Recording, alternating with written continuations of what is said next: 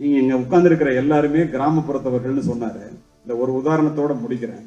உங்களுடைய திறமை என்ன என்பதை நீங்கள் தெரிந்து கொள்ளுங்கள்.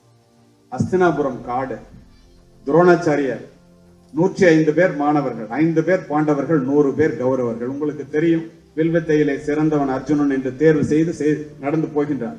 அஸ்தினாபுரம் காட்டுக்குள்ளே 105 பேரோடு போகின்றார். ஒரு அம்பு 7 மரத்தை துளைத்துக் கொண்டு போகின்றார். நின்று பார்க்கின்றார். யாரடா இந்த அம்பை விட்டவன் என்று கேட்கின்றார். 105 பேரும் அர்ஜுனன் உட்பட இருக்கான்.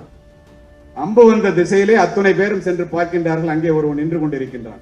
உன் பேர் என்னன்னு கேட்கிறார். ஏகலைவன்கிறான். இந்த அம்பை யாரா விட்டதுங்கிறார். நான் தாங்கிறான். உனக்கு யாரா ஆசிரியருங்கிறார். நீங்க தாங்கிறான். அரச குடும்பத்தை சேர்ந்தவர்கள் மட்டுமே, பணக்கார குடும்பத்தை சேர்ந்தவர்கள் மட்டுமே படிக்கின்ற என்னிடம் நீ எப்படி மாணவனாக இருக்க முடியும்? அது எனக்கு தெரியும். உங்ககிட்ட சேர்ந்து படிக்க முடியாது.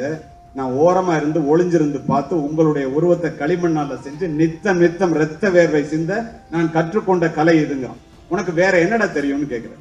சப்த கலை தெரியுங்கிறான். சப்த கலைன்னா என்னன்னு கேட்கிறாரு. கொஞ்ச நேரம் எல்லாரும் அமைதியா இருங்கன்னு சொல்றான். எல்லாரும் அமைதியா இருக்காங்க. ஒரு நரி ஊழ விடுற சத்தம் கேக்குது. அர்ஜுனன் கண்ணுக்கு தெரிகிற ஒரு பறவைய ஒரே அம்புல வீழ்த்துறவன். அர்ஜுனன் கணிக்கிறான்.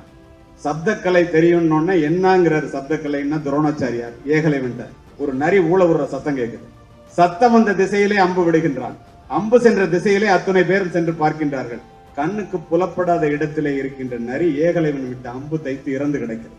இதை ஏன் சொல்றேன்னா, மிகப்பெரிய பணக்கார குடும்பத்திலிருந்து வருபவர்கள், பெரிய பெரிய பள்ளிக்கூடங்களிலே கல்வி சாலைகளிலே வேலை பார்ப்பவர்கள் அர்ஜுனனாக இருக்கலாம்.